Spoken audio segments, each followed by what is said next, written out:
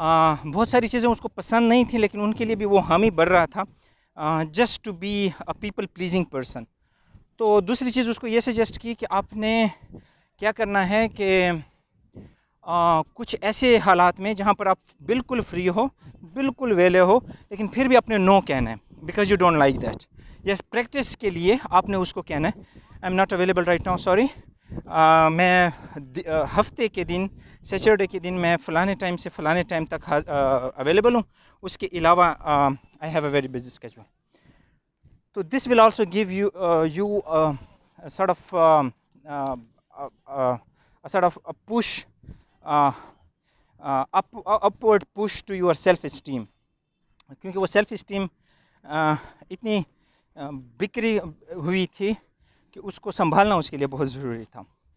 And last but not the least, وہ یہ تھا کہ بہت ساری چیزیں جو میں نے دیکھی, ایون میری زندگی سے زیادہ اس کے پاس تھیں آلریڈی پوزیشن میں, لیکن بہت چھوٹی سی چیزیں تھیں, ان کی مقدار, ان کی کوانٹٹی بہت کم تھی جن کے لیے وہ پریشان تھا.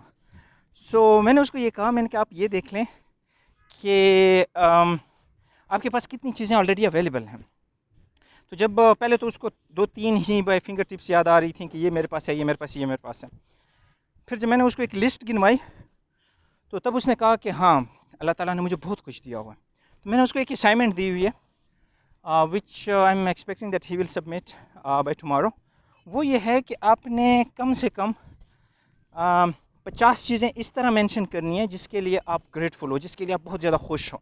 وہ رشتے بھی ہو سکتے ہیں, وہ میٹیریل سامان بھی ہو سکتا ہے, وہ صحت کے مختلف آسپیکٹس ہو سکتے ہیں, آپ کا سانس لینا, آپ کا کھانا, آپ کا پینا, آپ کی نظر, آپ کے ناخن, آپ کے سکن, آپ کے تعلقات, آپ کے رشتے, آپ کی فیملی,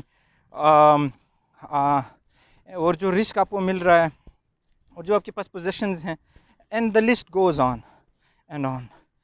تو یہ چیز بڑی ضروری تھی.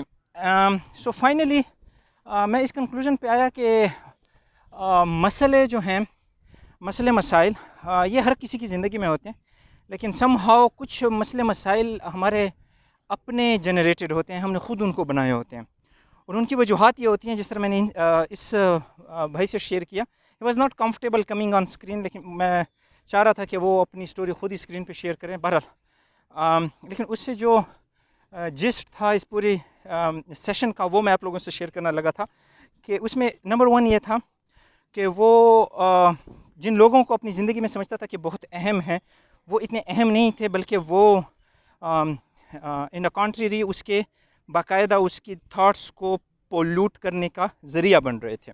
نمبر 2, وہ ہر ایک چیز کو یس کر رہا تھا, اس میں نو کرنے کا وہ ایبلٹی بھی اس نے پیدا نہیں کی تھی کہ you can't be everything to everyone, right, you can't be every present in every situation, you can't be a yes person all the time.